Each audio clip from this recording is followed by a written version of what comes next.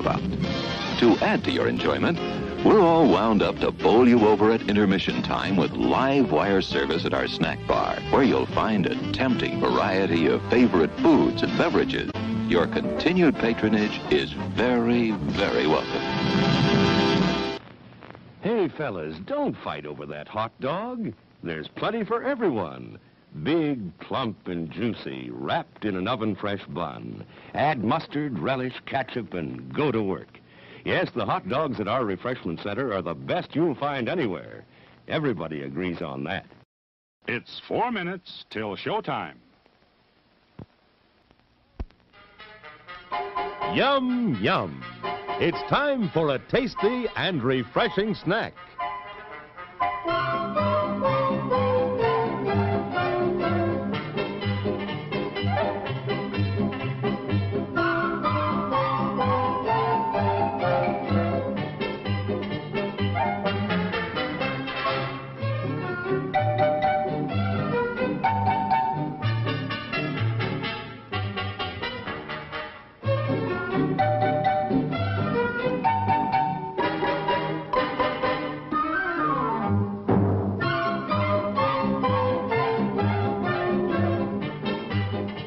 We promise to satisfy your hunger, your thirst, your sweet tooth.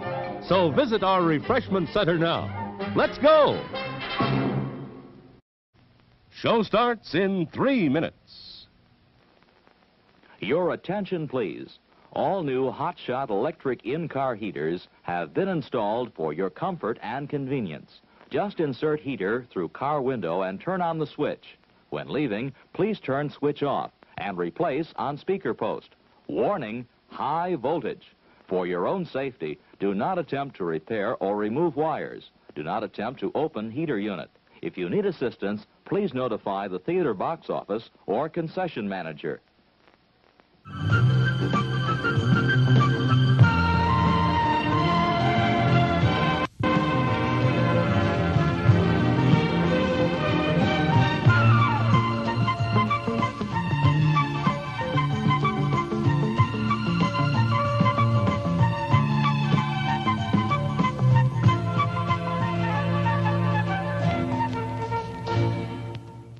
It's 2 minutes till showtime.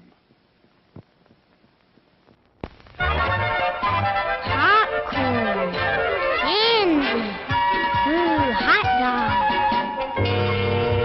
popsicle. Oh boy, banana orange.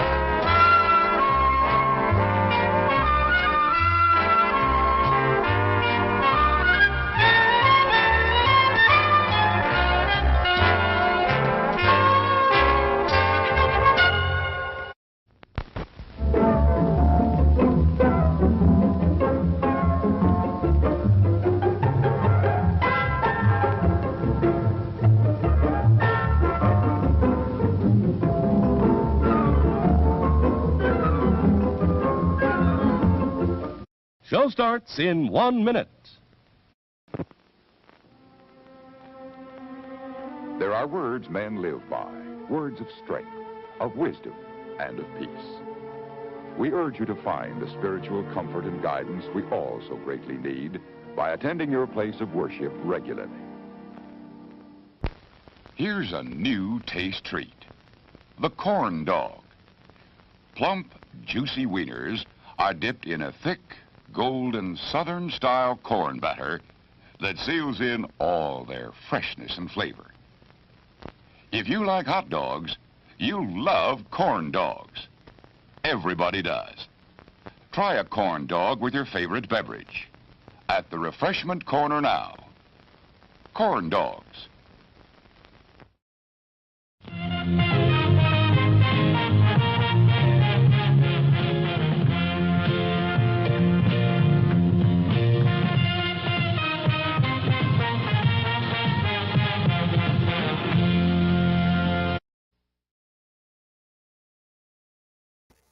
Broadcasting live from beautiful Union City, New Jersey. This is your movie quiz for Tuesday, May 24th, 2022. Here we go.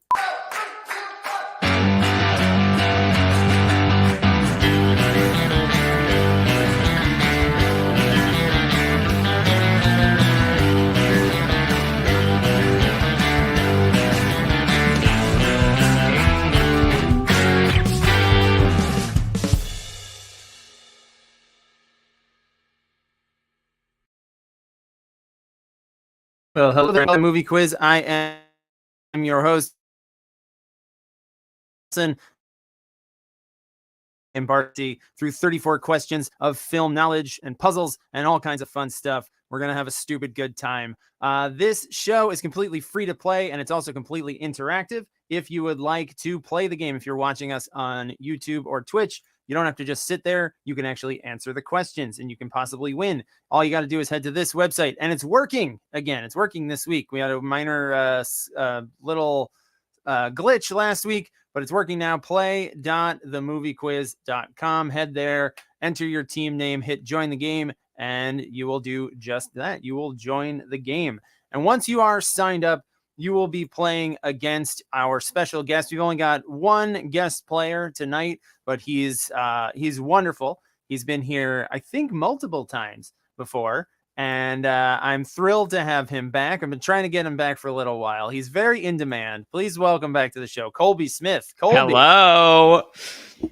Colby, I've been trying to get you back for so long, and it's just been so busy. I've been too busy crushing it on the NFT market. I've been really just kind of going head first into digital design and, making you're making the NFTs. I'm designing them. Yeah. Yeah. And how much are you making on each well, first of all, what's your it's difficult to answer that, Chris, because the market is so volatile right now. It's up, it's down. The actual rate is probably somewhere in the ballpark of anywhere between $1 and $10 of what I've netted on this thing, but I really can't go into any more specifics than that. Because you don't know anymore. I don't know. You don't know any more specifics than that.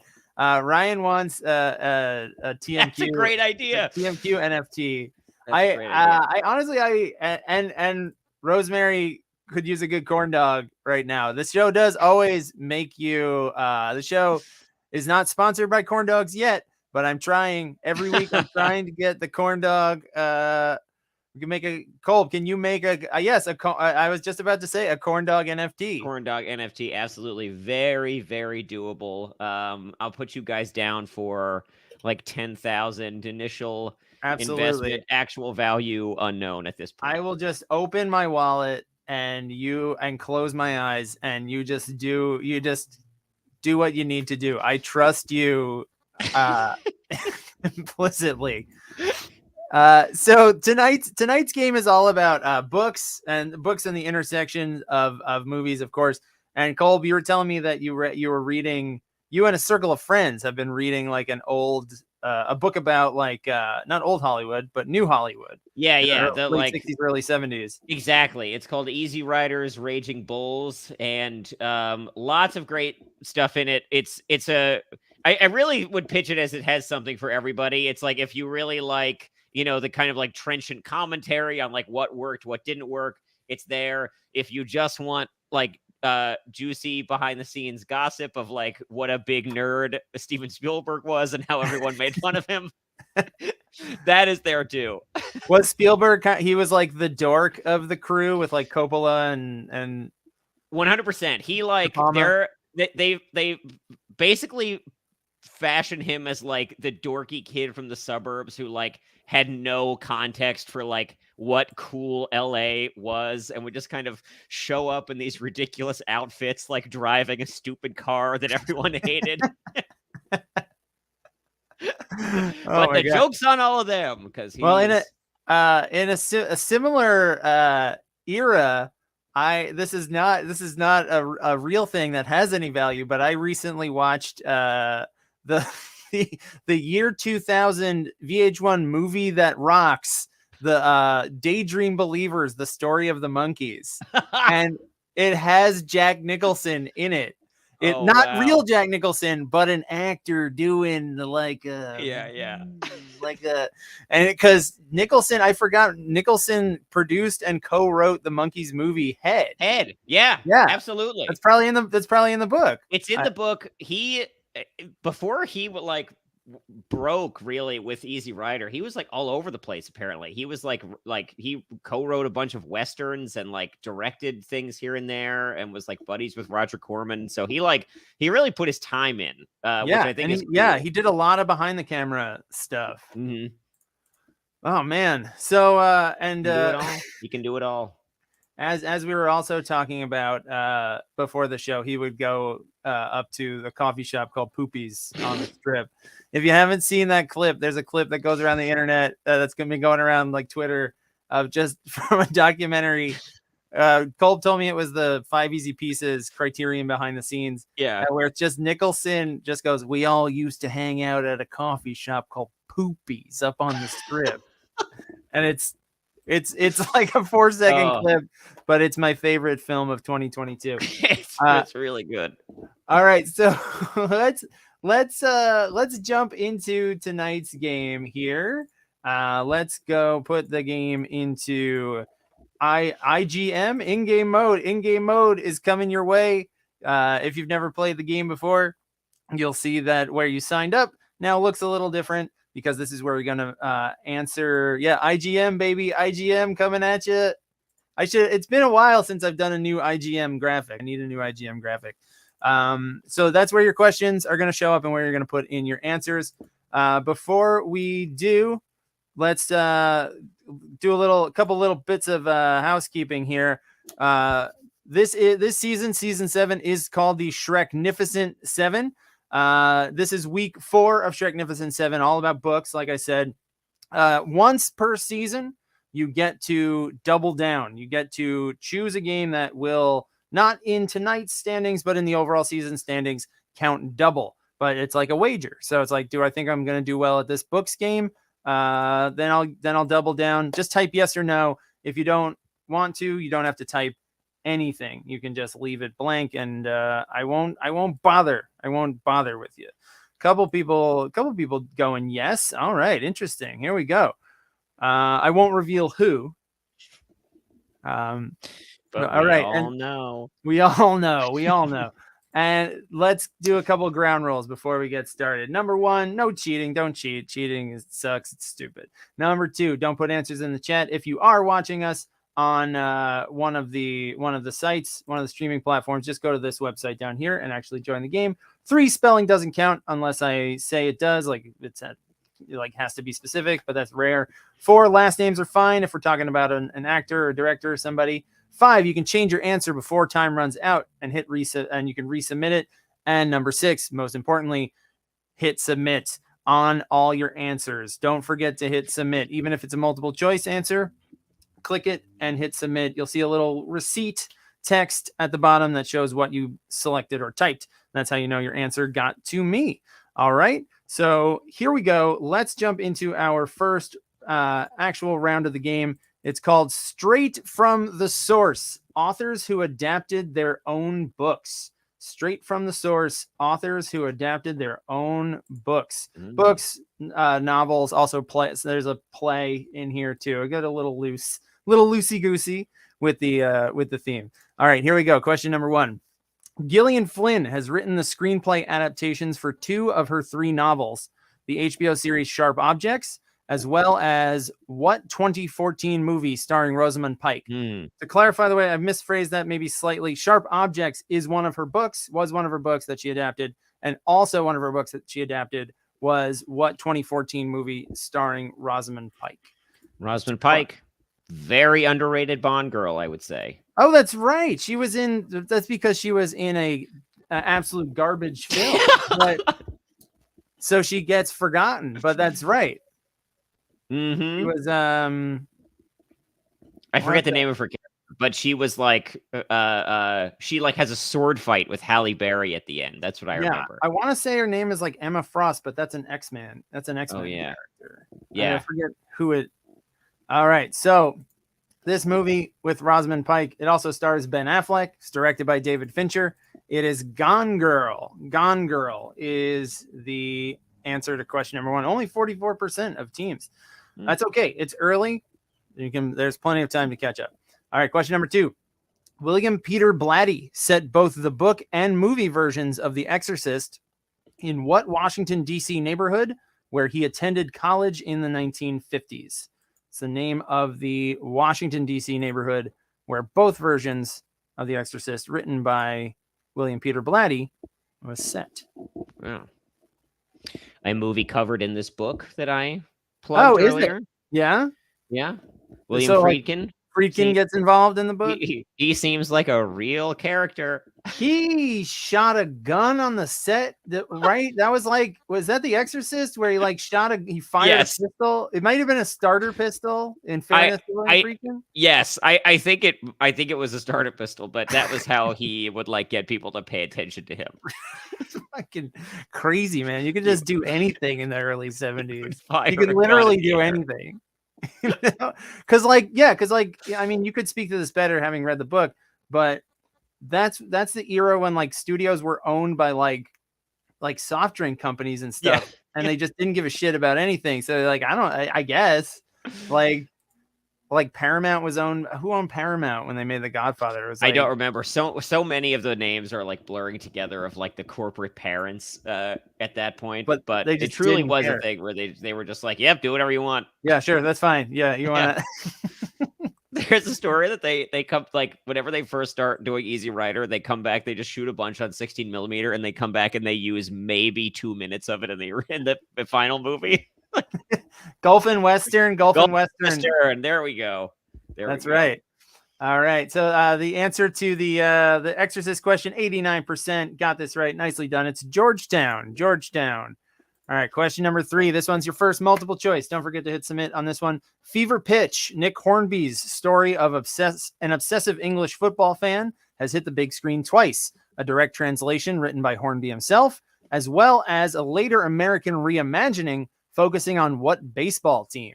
Was that team the New York Yankees, the LA Dodgers, the Boston Red Sox, or the New York Mets? Which team is at the center of the remake, the Americanized remake of Fever Pitch? Nick Hornby is also High Fidelity, right? He's High Fidelity and About a Boy. Yes. Man. Did you see the Zoe Kravitz High Fidelity? I was going to ask you the same thing. I didn't watch it. I did. I thought it was good. I was bummed that they canceled it because I like. Yeah. I mean the book, the book and the movie, the Cusack movie, they've aged slightly poorly, but like they are mostly about how this guy sucks for being this way. So it's like it's not. There's a few moments where you're supposed to think he's cool. Yeah. But, that don't age well. But like. So I was interested to see how they updated it and, made the central character a woman. It was solid. It was nice. A good, I know this is a crazy comparison, but it was almost like the show Hannibal, where they kind of well, not in there weren't people eating each other, but in its approach to adaptation, where it was it kind of took parts of the book. And they happen, but they happen in sort of a different order. Cool. Because that was that I liked about Hannibal, the show, was because I've read all those books. Mm-hmm. So 78% got this. It's the Red Sox, the Jimmy Fallon. This was the Jimmy Fallon, Drew Barrymore version, where they had to change the ending because the Red Sox were winning the World Series as they were making the movie, and it just didn't. It completely changed the meaning of their film. So the ending of the movie is just shot with a camcorder. Yeah. They were shooting at Fenway. All right. Question number 4, excuse me. Anne Rice crafted the screenplay of her book Interview with the Vampire, but she didn't have a say in casting of the film and was initially annoyed at the choice of Tom Cruise to play what vampire? What's the name of the vampire? She eventually got on board once she saw his performance. She liked it, but she was like, this guy sucks for this role. What is that role? Yeah.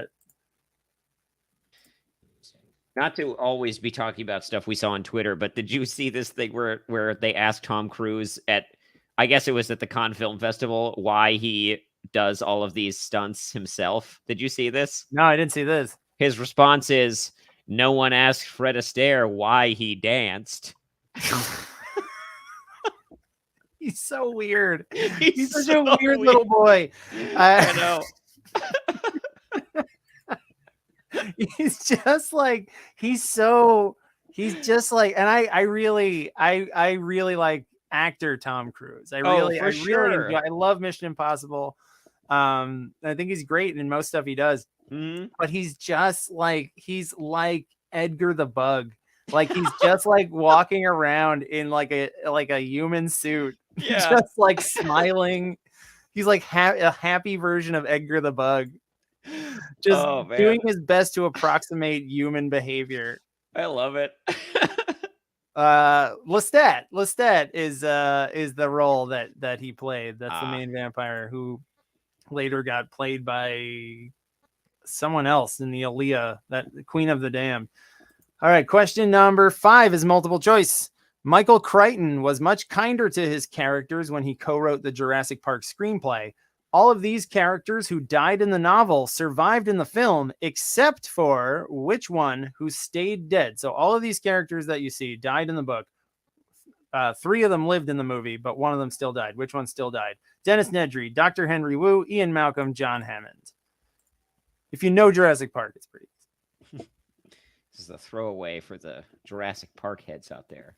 For my Parkies. Yeah. The Parkies in the crowd. They are still making a lot of those. I've noticed. You noticed that? A lot of those still out there. The Parkies? Mm-hmm. Yeah. Jurassic Park movies. Oh, the Jurassic Park movies.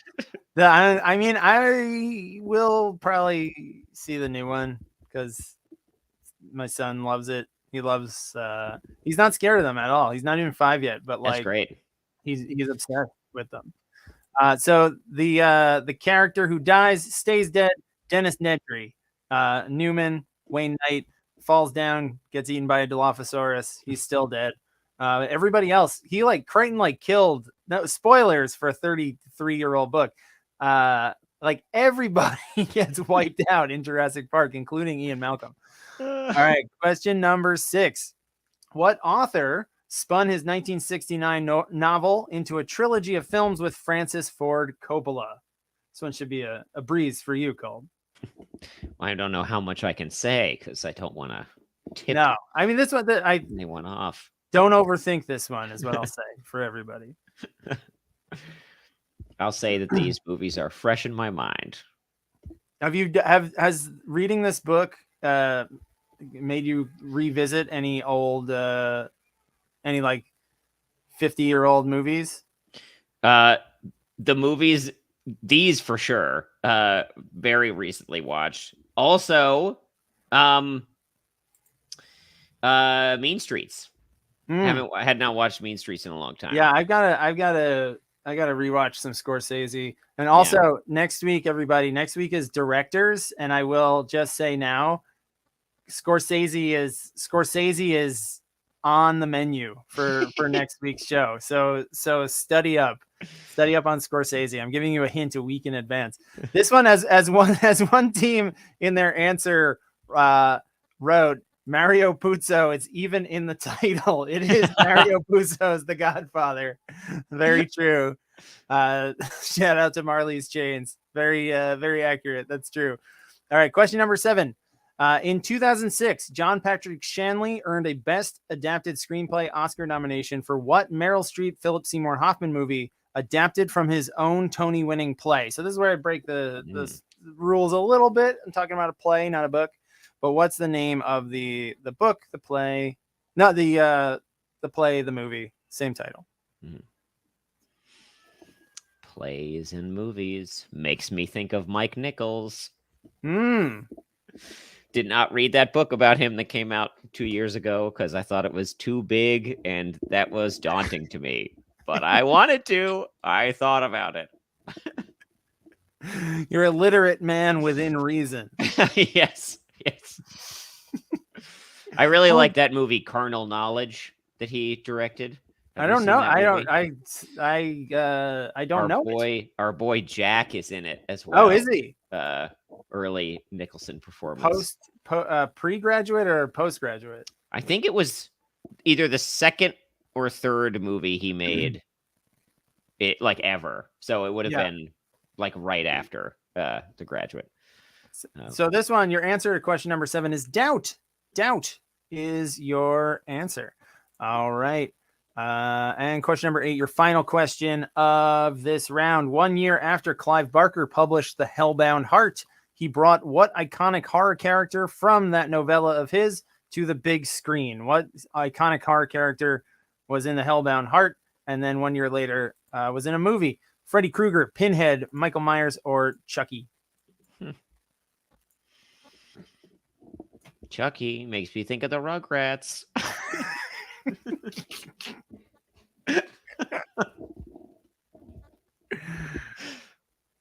Reboot Rugrats with that Chucky instead. It writes itself. He's roughly the right size. And that's the only requirement that's necessary. So this one, Hellbound Heart, became the movie Hellraiser. The character, he was just called the Priest. Clive Barker apparently hates the name Pinhead. It was just like a nickname that caught on because he just has pins in his head. And there's some wild demons in those Hellraiser movies. There was a man with like a CD in his face in one of the later ones, like a late 90s one. He had like a CD or a DVD or perhaps a DVD-ROM in his face. And that was his torturous look. Very scary. All right, let's take a look after one round at your leaderboard. Tied in third place, we've got Barry Windon and the producers with 6 points apiece.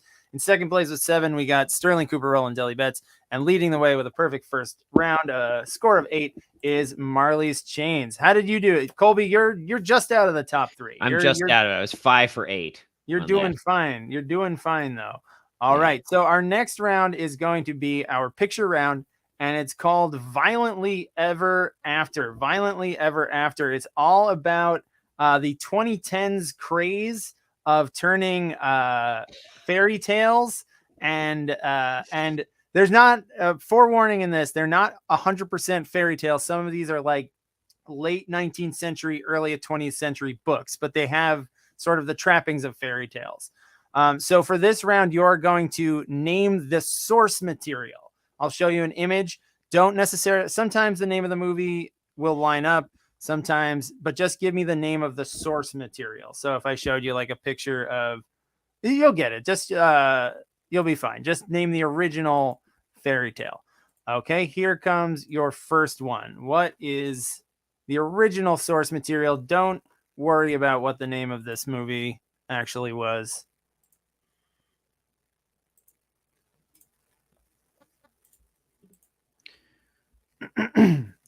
It was crazy. Like I wrote this round and then realized these movies are all from like the same like 6-year span.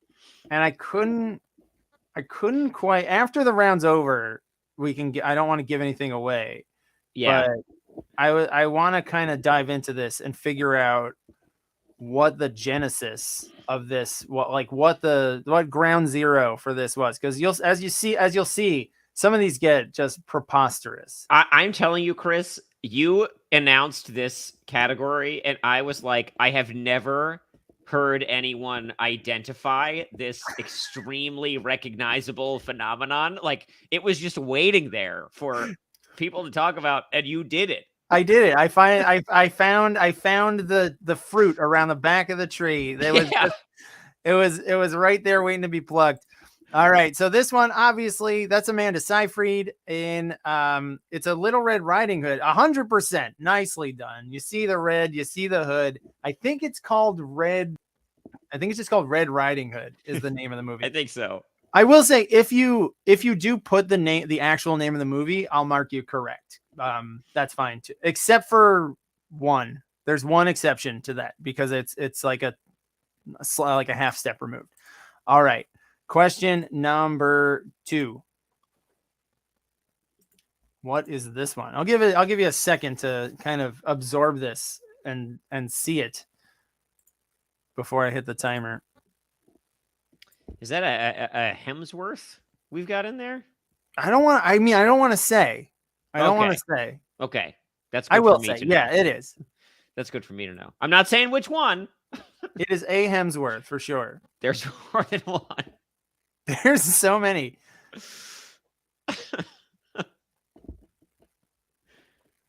All right. So this one, he is the huntsman who then got his own movie. He got the sequel was just the Huntsman, but this movie is Snow White and the Huntsman. So I'm looking for Snow White and the Seven Dwarfs. But you had to have Snow White in your answer to get it. Kristen Stewart as Snow White, and she left. She was like, I don't want to do another one of these, or maybe it was something worse. I think the director. It may have been something more nefarious, like the director sexually harassed her or something. Oh God. I could be wrong. But she didn't want to do it, and they were just like, all right, this Snow White sequel, we're gonna just focus on the Huntsman for it because the trains left the station and we have to make another one of these. All right, here is your third one. What is the original? Oh, man, this one was really bananas. These are all major releases too that are included here. No Asylum stuff, no like weird. Yeah. No weird shit you'd find like at the very bottom of Netflix. Yeah. I tell you what, the crossbow as a weapon, I don't care. You play these like first person shooter games or whatever in high school, and people are always like, "Oh, I got a crossbow." It's like, who cares? It's a lot of work. You gotta bring it all the way back. All right, so this one, in this movie, the two titular characters are witch hunters, and they are Hansel and Gretel. That's Hansel and Gretel, all grown up. Jeremy Renner and Gemma Arterton. This is like 20. So like, okay, let's go through the timeline here as best I can. So with each one we've done, the Red Riding Hood one is like 2010. Snow White's like 2012. This is 2013. Someone can fact check. You can IMDb amazing to fact check this stuff because I want to get to the bottom of this.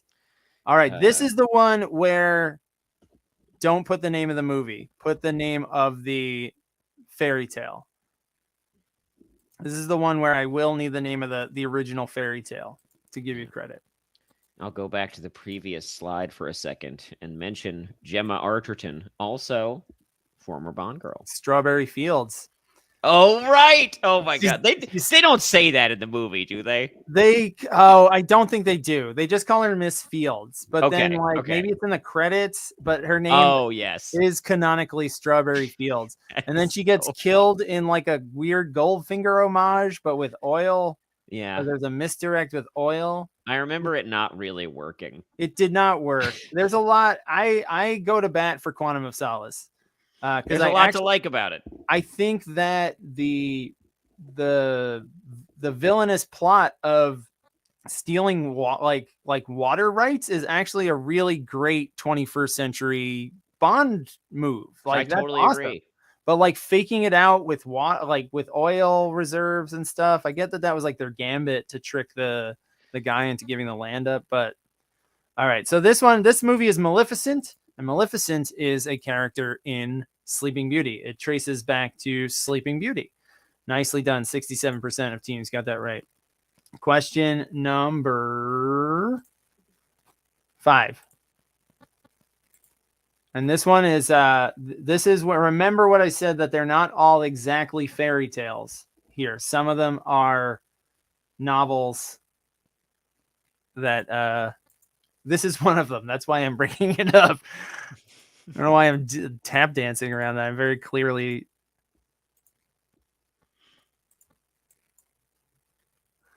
Now the sword, that's a weapon. That's a weapon.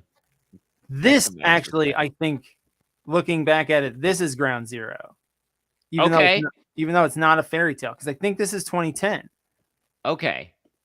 Man, I am like I really do want to put this timeline together and see. I know. I want to do a postmortem on this. I wish I had thought to or had the time. This is a Ringer article, like guaranteed publish if you pitch this. Yeah, more dep. I'm canceled, and I also I I can't help what comes up when I write. I guess I could. I don't have to put it in there. And also, there might be more. There might be another picture of Johnny Depp later in the game. Not.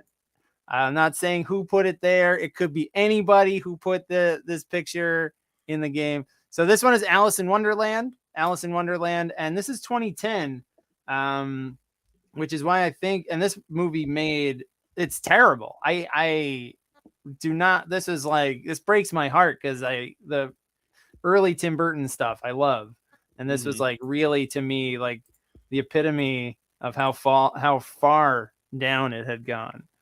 All right, here's your next one. What's the original fairy tale or story? I totally agree about Tim Burton, by the way. I can't imagine a farther fall of like recent directors. It's just it feels like he just gave up. Like it just feels like he just doesn't. He was just like he has to have enough money that he could stop doing this at some point, but it just feels like he's making movies out of obligation. Yeah. All right, so this one I think is also cancelable because that's James Franco. In the last movie, this is the last movie that Sam Raimi made before Doctor Strange. This is Oz the Great and Powerful. So Wizard of Oz is your answer. This was also a really lifeless. All of these movies have like they're just so flat. Yeah.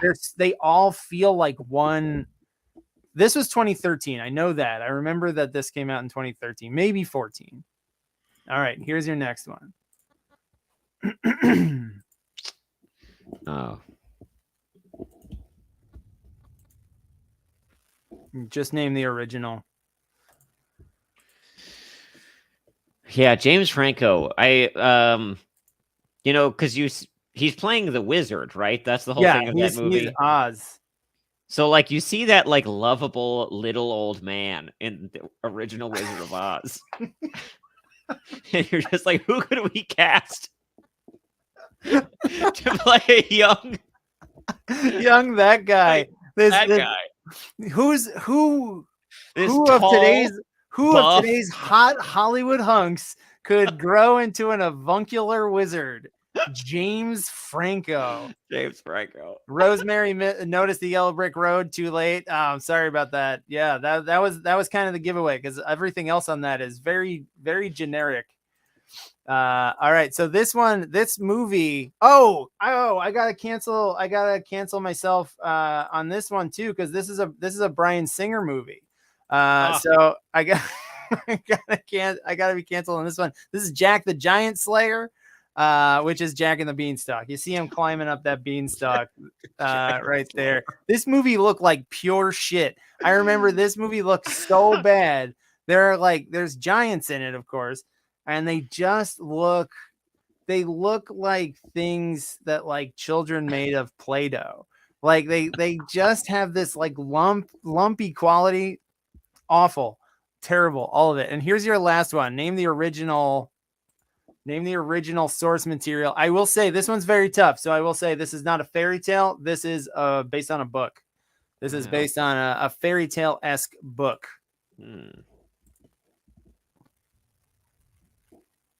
This is definitely the hardest one of the round because this is a kind of a know it or you don't because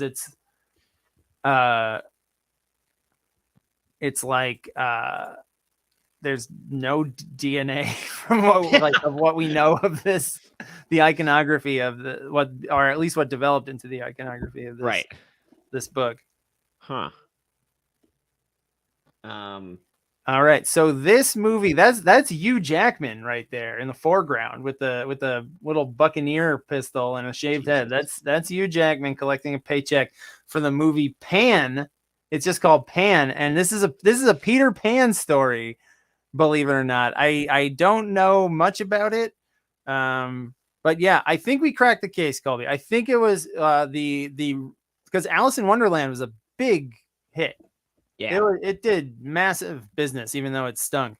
And so I think that's what kicked all this off for like a That good is 6 or 7 years of this. so crazy that this happened. It's And such it really did happen. It really did, right? It absolutely. All right. So before we do our before we check back in with the leaderboard, let's do our lightning round. Lightning round is a single question with 4 potential answers. You get a point for each one of them that you get right. And following in the steps of something we did earlier this. Oh, also, I want to say before I forget, that there was no specific question, but that was all in the fairy tale round. A lot of those fairy tale characters can be found in the Shrek saga. So that was an entire Shreknificent category. There he is. Snow White was in Shrek. A lot of these characters were in there. So that was your Shreknificent. Then I saw her face.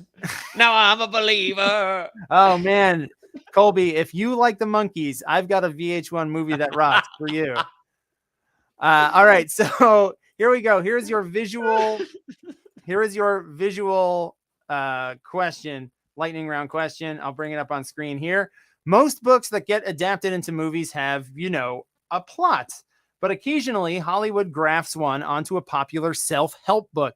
Name the 4 movies whose source books are shown here in this image. And I will also give you a little clue. The stars of the movie versions of these. Number 1 starred Cameron Diaz. The movie version of book number 2 starred Jennifer Connelly, Jennifer Aniston, Justin Long, and many more. Book 3 starred Kevin Hart. And number 4 starred Lindsay Lohan. So what are the 4 movies? I'm looking for the movies. Number 4 has a different title. Number 3, the movie took half of the title. That's why it's blurred out. So I'll give you some time to look at this one since it's visual. And order doesn't count. You can put them in any order. I'll give you a couple extra seconds to think about this, to look at it before I hit the timer. I'm gonna hit the timer now. Goodness.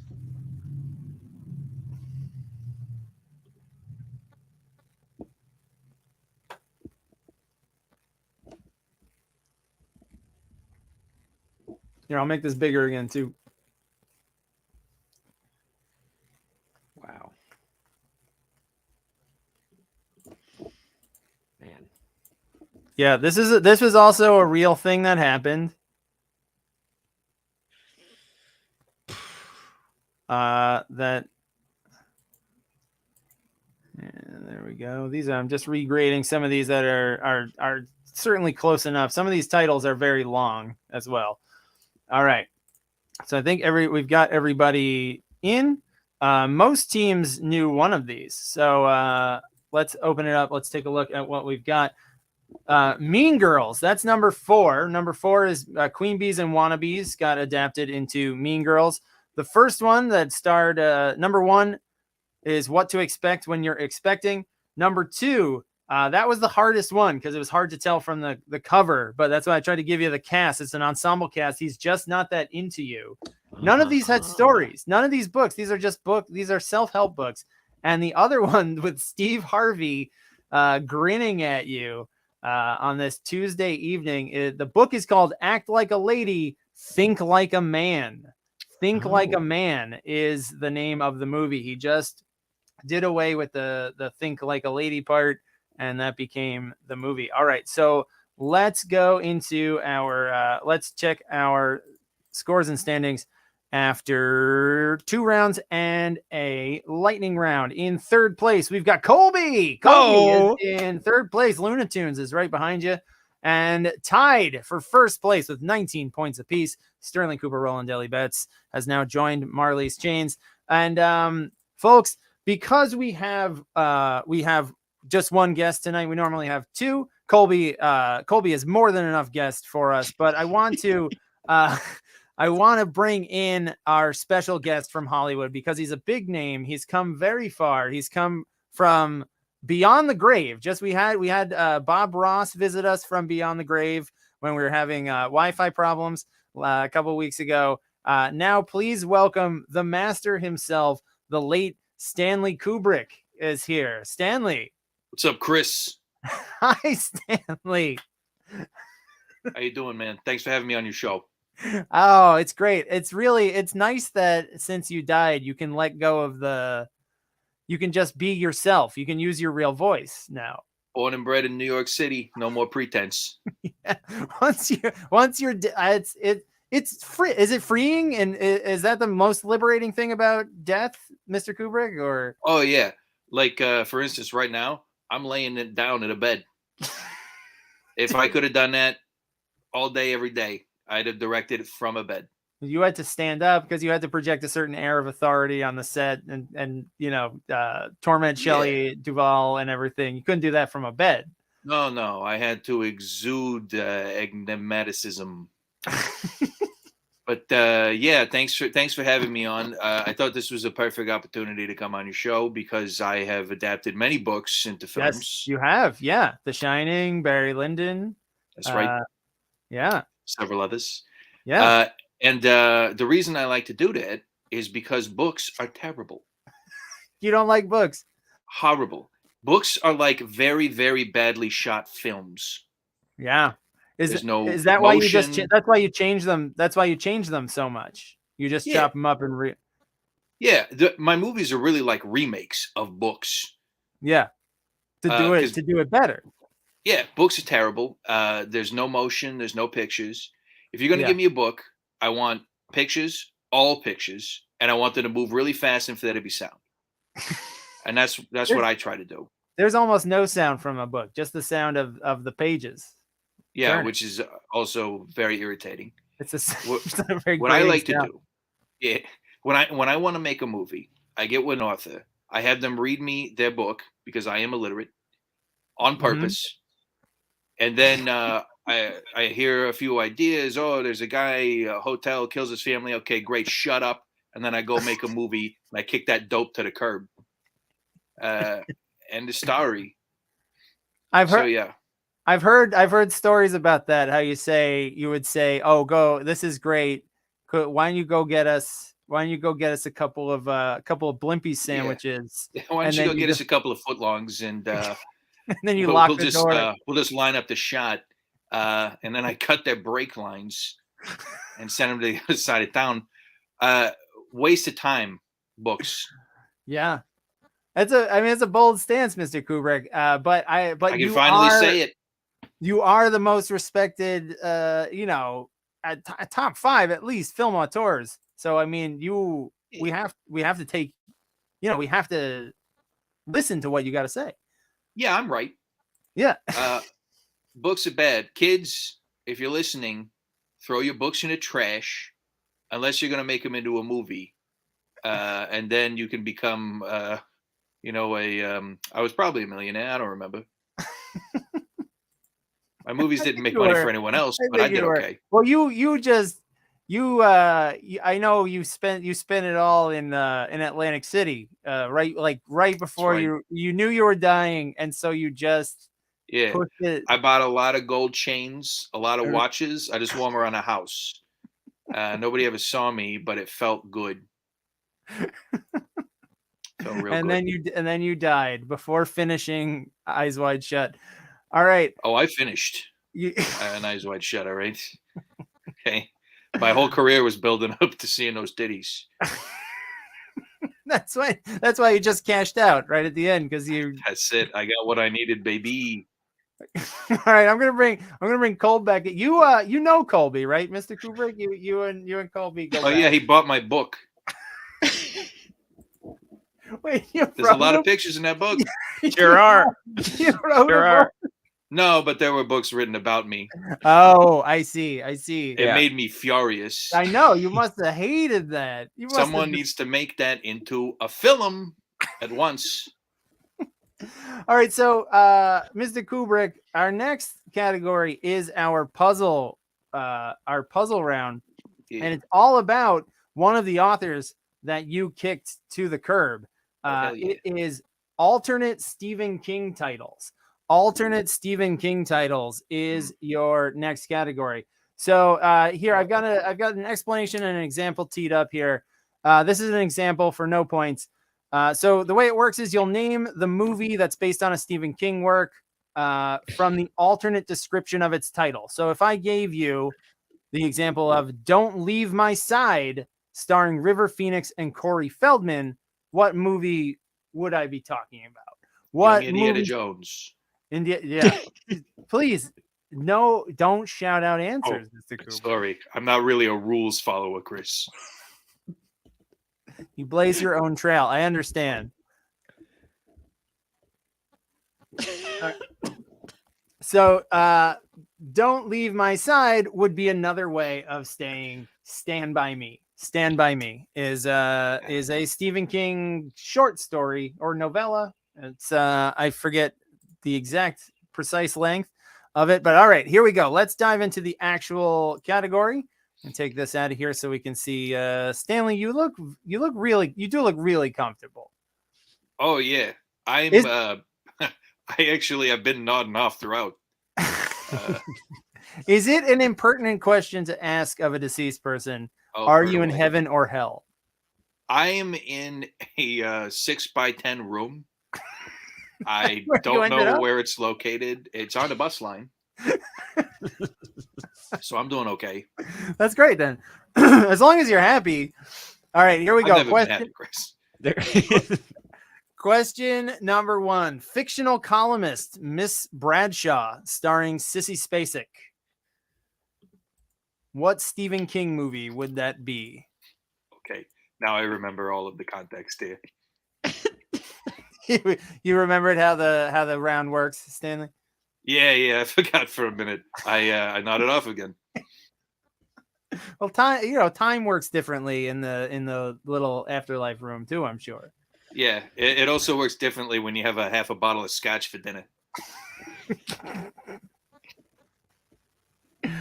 All right. So this movie, Miss fictional columnist Miss Bradshaw, that's from Sex and the City. Her first name is Carrie. Carrie is your answer. 80% of teams got that right. Nicely done. All right. Question number 2.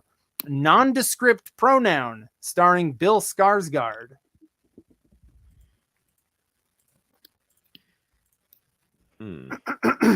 Oh. I like seeing Stanley in real time realize the answer. It's clicking for me. I'm gonna ace this one. Oh, You feel good about this one, Stan? Have you been playing so far, Stanley? Oh yeah. Doing all right, or just all right. That lightning round kicked my ass. What is that? kicked your ass? bullshit? It was a That tough was one. tough. It was a tough one for sure. All right, Yeah, so this those are the one, worst kind of books. nondescript pronoun. Bill Skarsgård played Pennywise, the dancing clown, in It. It is your answer. I could have also said Tim Curry in the miniseries. I almost said her. I was really stuck on her for a while. The Joaquin Phoenix falls in love with an OS and then eaten by a dancing clown. Yeah, that's All right, like my movie AI. Yes, your unfinished movie AI, which that fucking nerd Steven Spielberg finished for. You must that must have burned your buns on that one, huh? To have such a nerd do your movie. The only thing we had in common was a love of jean shorts. All right, Arsonist starring Drew Barrymore. Arsonist starring Drew Barrymore.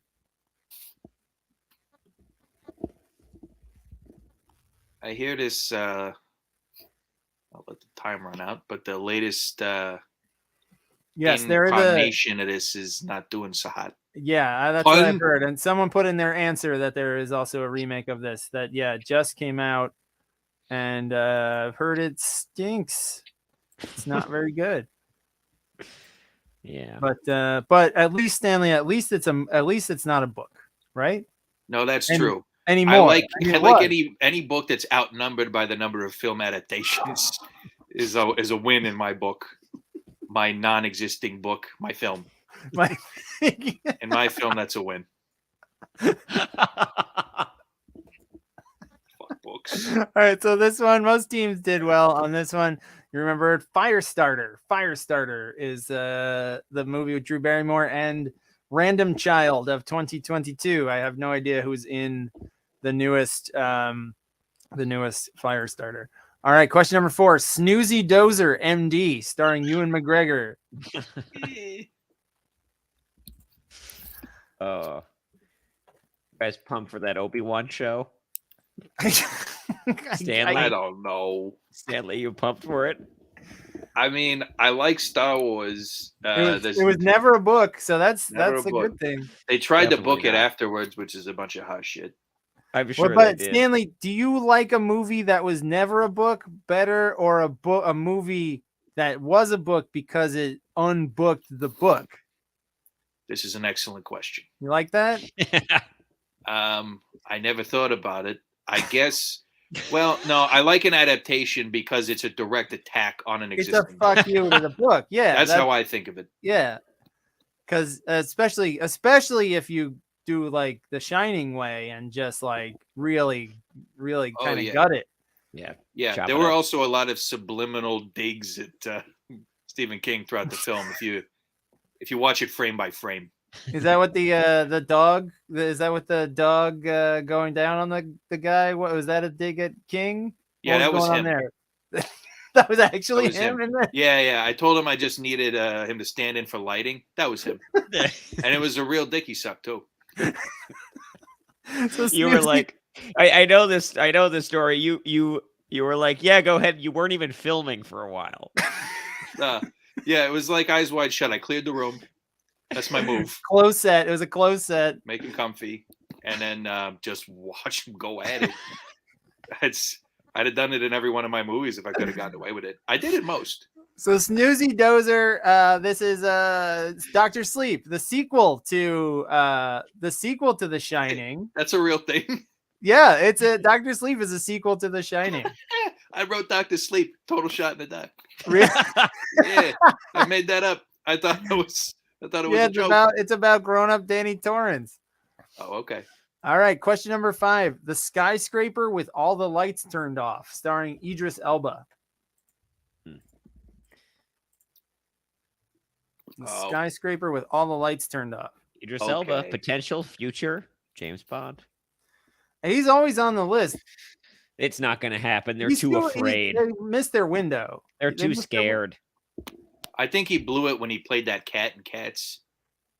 Was he in Cats? Oh, bro. He was the bad guy. And every time he disappears into the wind, he goes, McCovity. He's also Knuckles in Sonic the Hedgehog 2. Bizarre. Which is he's been little furry creatures lately. Stanley, sub question for both of those. Those are adaptations of a play, which was an adaptation of a book, and an adaptation of a video game. You probably feel lateral move for video games because video games are like. Yeah, video games. It's like an interactive movie. That's pretty great. Yeah, I mean, video games had not progressed that far by the time you died. So I don't know where you're probably like PS1 maybe is the last thing you saw. Yeah. I was a big Tony Hawk's Pro Skater guy. Mostly for the soundtrack, as I was just going to say, I'm sure it was the soundtrack that hooked you. Yeah, I like the skank and whatnot. But yeah, video games are pretty great. Plays, I don't know.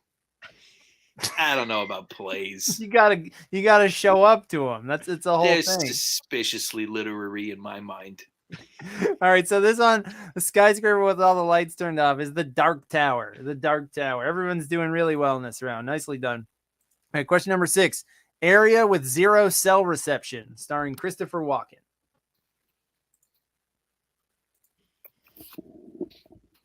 Christopher Walken, great in Severance. Stanley. And Colby, what else is Christopher Walken? A Bond villain. He's a Bond villain. Oh, that's right. A View to a Kill. Max Zorin. Well said. I got pushed an Instagram ad for the official 007 shop recently. And they have shirts that say Zoran Industries now, and I actually think that's pretty cool. And I might get one. I have always I've never like I'm not like I'm 40 years old now, so I can't really be a t-shirt guy like a nerdy t-shirt guy, lest I be very sad. But I have always had a soft spot for t-shirts of like in-world like Wayland Yutani, like from Alien, and like stuff like that, corporations and locations, because they're subtle. It's not just like I like Captain America. Yeah. The shirt wouldn't just say James Bond on it. Just in block text. Yeah. James Bond. It's like white with just like typewriter font. James Bond. And then it's got all the movies in order, like a concert for a Yeah. With like the years and like a touring t-shirt, but just of films that came out over 60 years. All right, so this movie, everybody who submitted got it right. It's The Dead Zone.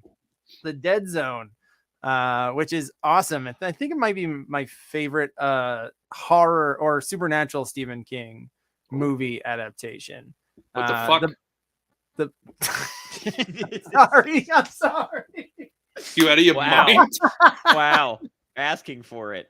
Just asking to get. I'm really sorry, Stanley. Holy shit. Oh man, I'm gonna get so haunted. I'm gonna get so haunted by you now. You're lucky I'm not getting out of this bed. I need you to finish the other half of that bottle. All right, question number 7. 5,280 verdant feet, starring Michael Clark Duncan.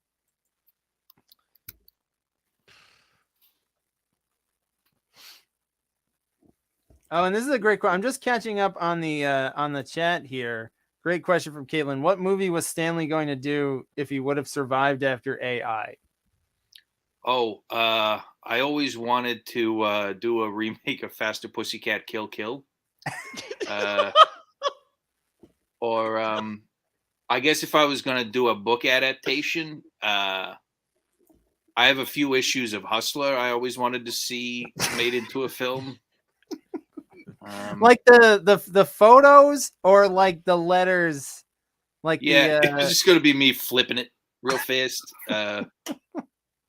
Possibly The Passion. Yeah? Yeah. Just to go do a full Bible epic? Well, it's just the ultimate book to take down, you know. Yeah, you go. All right, so this one is the 5,280 feet is a mile, and verdant means green. It's green mile. Green mile. Oh, I thought this was about the hungry caterpillar. Sorry, Stanley. And your final one, The Water in a Gaseous State, starring Thomas Jane.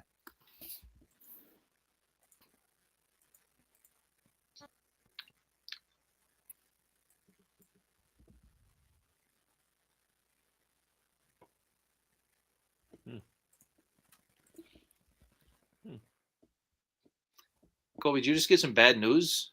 No. It's just interesting. Okay.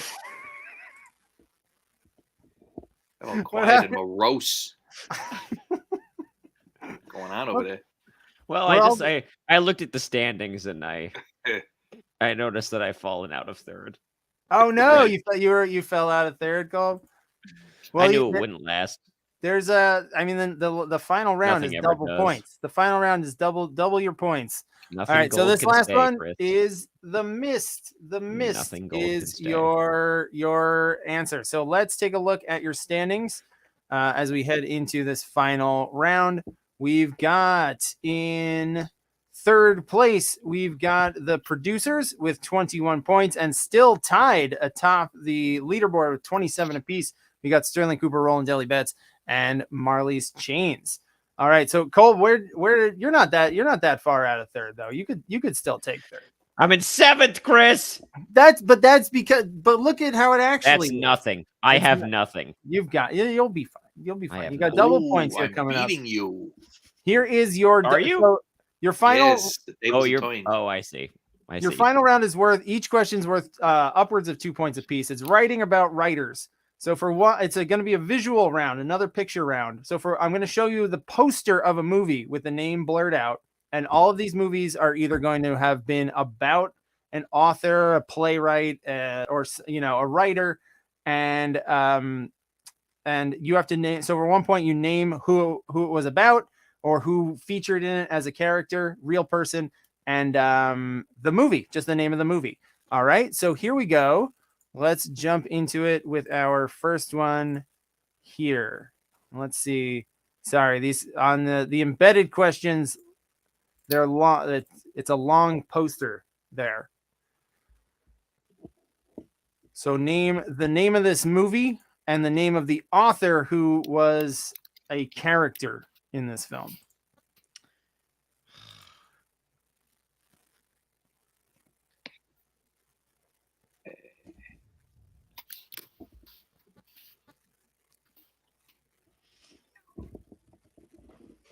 How you feeling now, Colby? Did you get this one? Yeah, I did. Took me a sec, but I got there. All right. No.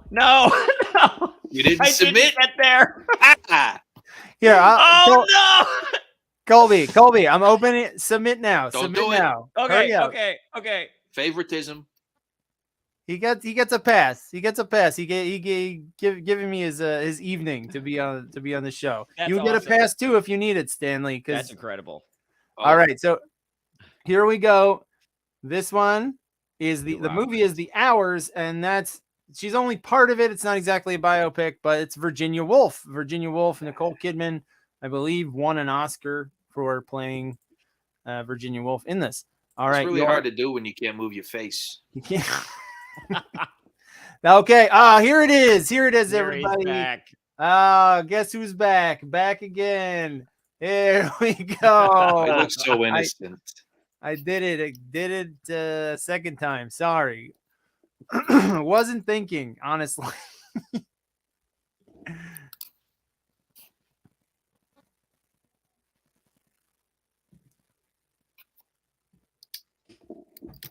Stanley, have you been canceled at any point? I feel like kind of. I got out just in time. before the real dirt came out. Yeah, back before actresses were allowed to talk about their experiences. Shelley Duvall tried. Bless her. I've heard some of the Duvall stories. They're not good, Stanley. But that was for art. That was and to shove it up Stephen King's ass. It's in service of a greater good. All right, so this movie is called Finding Neverland. It's about the making of Peter Pan, and it's and J.M. Barrie. J.M. Barrie is the writer of Peter Pan, which later became the movie Pan, starring Jeff Goldblum. Do you remember the one they did in the 2000s with what's his face who played both Hook and the dad? Oh my god! You know what I'm talking about? It was shit. Oh, I feel like this rings a distant bell. What's that actor's name? Was it an American movie or a foreign movie? It was either American or British. But the actor, he's a Brit. He plays Malfoy's dad. Oh, really? That's so funny. Yeah, he played Mr. Darling and Hook in it, and I don't know why. That's super weird. It was like a mega vehicle for him. All right, here's your next one. This is the French poster of this film. Apparently, is the image that I saved. So name the author and name this film. What is the name of this film?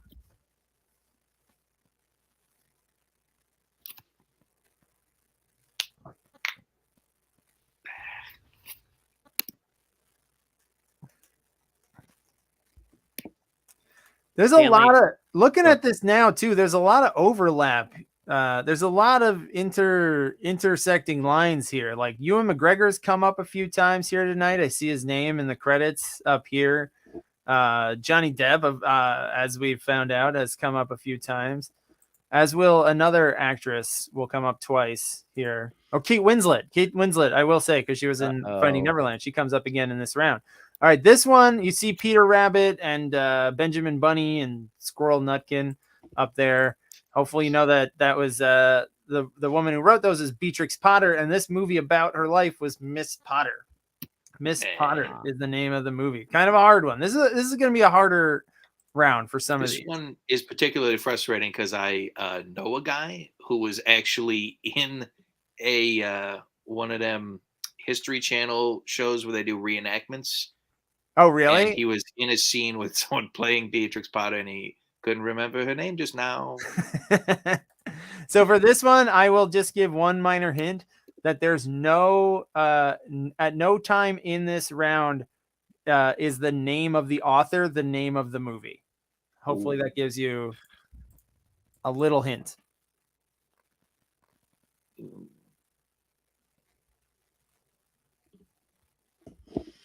Stanley, I just keep thinking about you.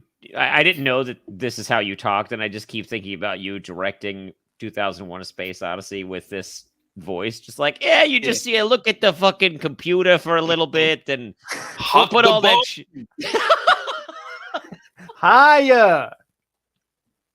You gotta huck that bone higher. Okay, now you're an old man. Now you're a baby. You're an old man. You're a baby. There's a big fucking refrigerator or something looming over you. Yeah.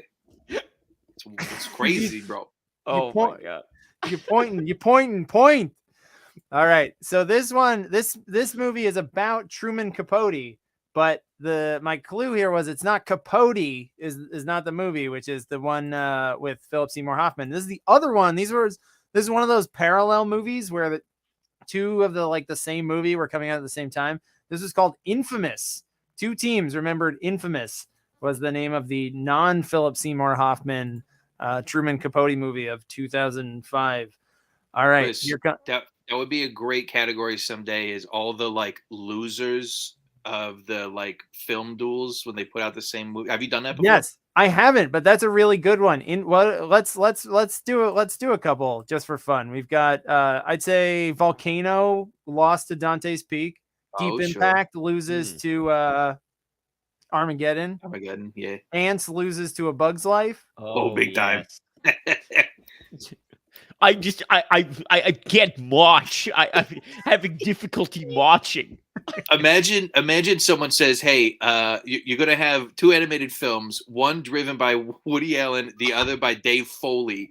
Who you got your money on?"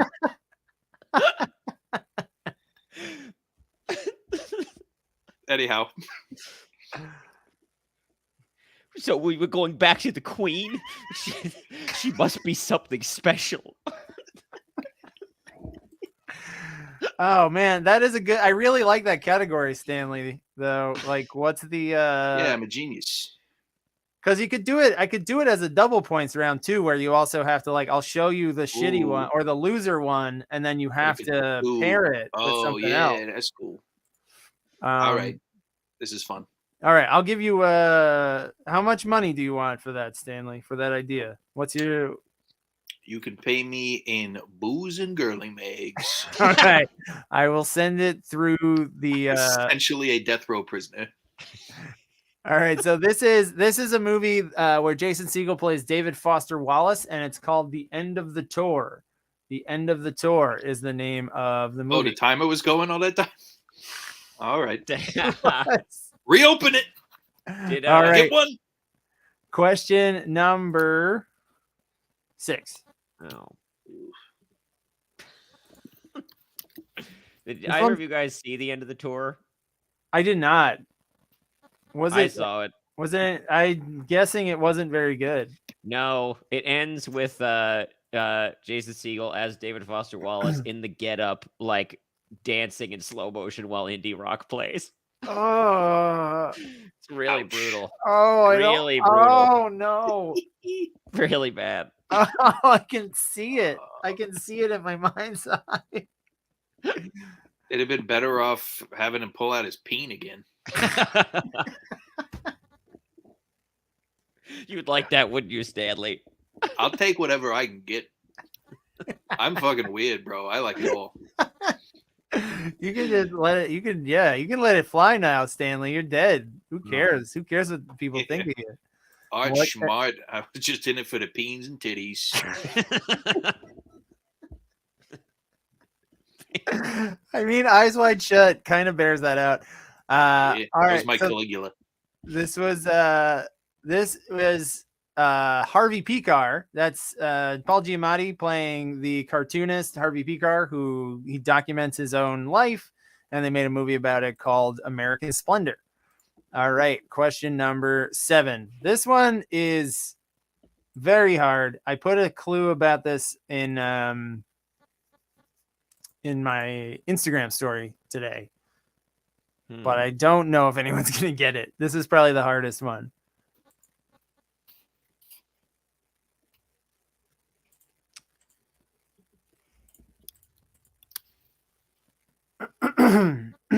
One team has gotten it on both counts. They've gotten both. Wow.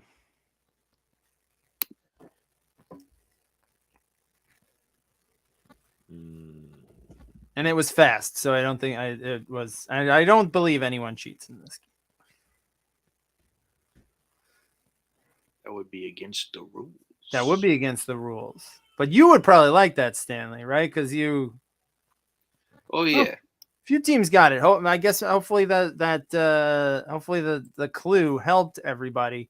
This was a movie from I think 1994 called Mrs. Parker and the Vicious Circle. It's that's Jennifer Jason Leigh. Her name's right there on the screen, playing Dorothy Parker. Wow.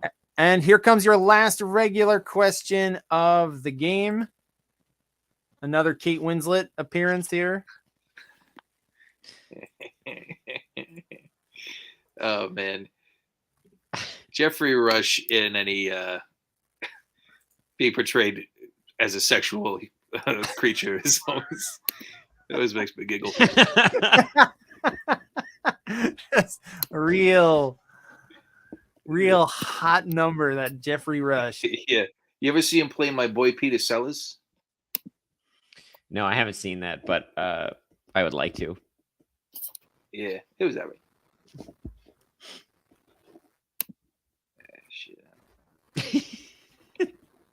I'm not even. It was very. attempting this I one. don't even know how to. I don't even know how to describe this properly. But that Peter Sellers movie was very much an HBO movie of 2003 or when it had like a quality to it. I can't quite put my finger on it. In the same way I was able to put my finger on the action fairy tales. Amazing. Of the 2010s. Still impressed that you did that. That was Thank you, pretty Colby. mind-blowing. If anyone wants to explore this phenomenon with me further, I would very much be interested in going down the rabbit hole. I don't know if there's more. I researched as many as I could, but there's a lot of like schlocky, like cheap shit that got made. That was trying to, but I'm looking at like 60 million and up movies, So this movie from like 2000 or so, it's called Quills, and it's about the Marquis de Sade. Quills. Sure. I actually didn't blur it all that well, and there's a quill sticking out. So I still hopefully couldn't get it. hopefully that helped you a little bit. All right, so we got one bonus question left. Let's check out your scores before we get to it. We've got, oh my goodness, the Ringwoodians are in third place with 31 and still tied at the top. They've been neck and neck, I think, since like round 2 or the lightning round, maybe, with 42 points apiece. We got Sterling Cooper, Roland Deli Bets, and Marley's Chains. Very good scores. There's sexy Jeffrey Rush one more time for everybody. So let's head into Can I your just final. say, he did play. Do you remember my favorite character name of anything I've ever seen? He played the villain in what was that Ben Stiller superhero movie? Mystery Men. Mystery Men. Do you remember his name in that? Oh, it's like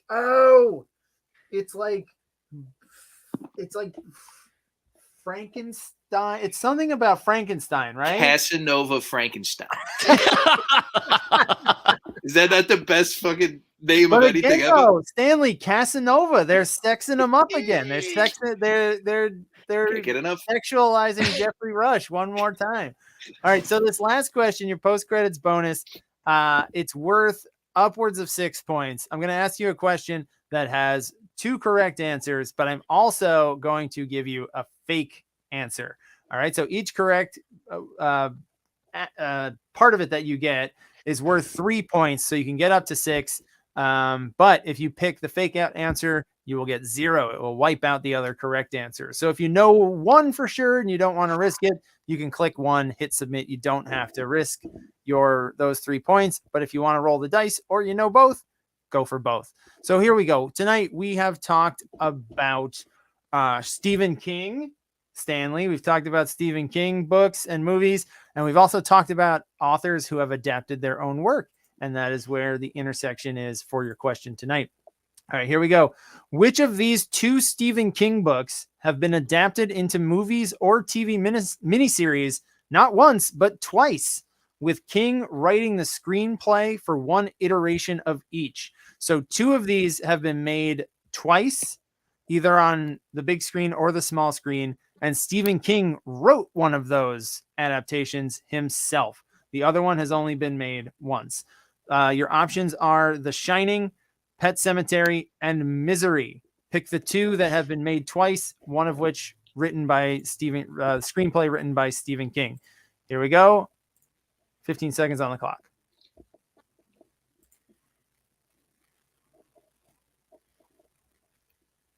I'd respect an author making their own book into a movie if they didn't go back to writing stupid books right after. Yeah, it's like renouncing your sins in your eyes, Stanley. It's self-improvement. It's like being born again. It's like finding the Lord. Sort of. You figure once they did that, they'd realize, oh, movies. It's way better. So one of these, the one that has not been made twice, and the adaptation was not written by Stephen King, it has been turned into a play as well. It's been turned into a movie and a play, but it has not been has not been filmed for any kind of screen twice. The 2 that have are The Shining and Pet Sematary.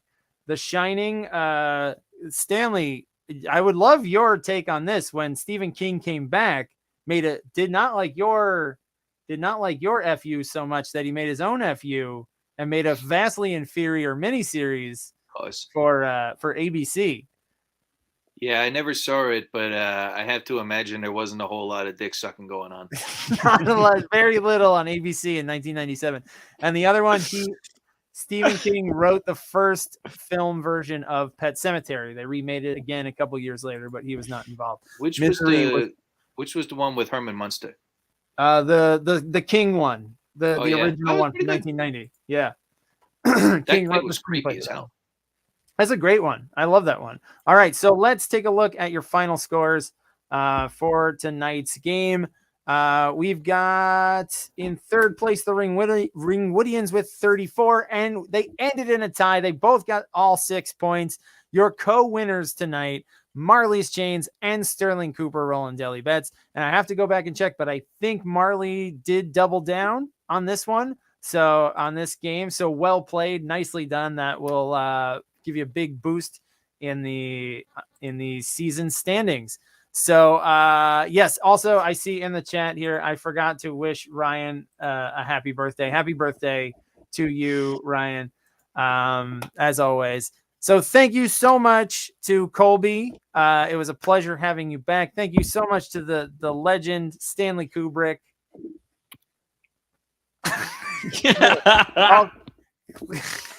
thank Hell yeah. for me when you see him, Stanley.